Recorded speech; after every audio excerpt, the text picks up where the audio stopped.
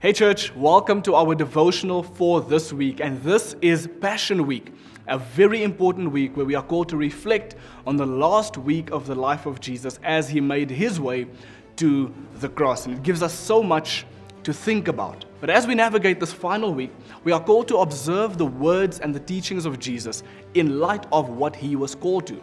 So let's have a look at what he teaches us about what we are called to.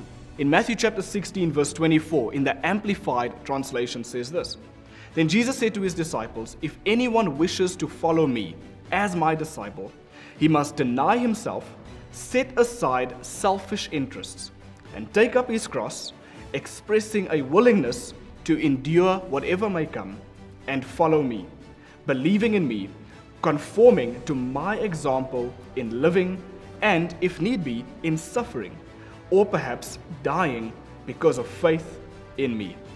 This is quite a challenging portion of Scripture. If you were to think about it, what was your invitation to Christianity like? Was it one of comfort, or was it one of sacrifice? See, the invitation of Jesus to follow him immediately begins with sacrifice.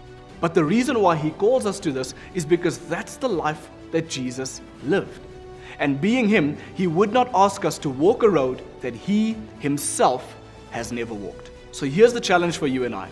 Are there some areas in our lives that we are struggling to let go of or lay down because of some sort of self-centered interest?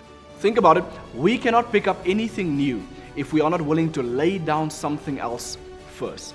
And we know as human beings, we are good. We have it within us to sacrifice if we know that the cause is worth it. So, do we see the cause of Christ as worthy of laying down our self-interest for the sake of what he is calling us to? We usually find ourselves in this tension of what we want to grab a hold of and what we struggle to lay down. But here's what I want to close off with.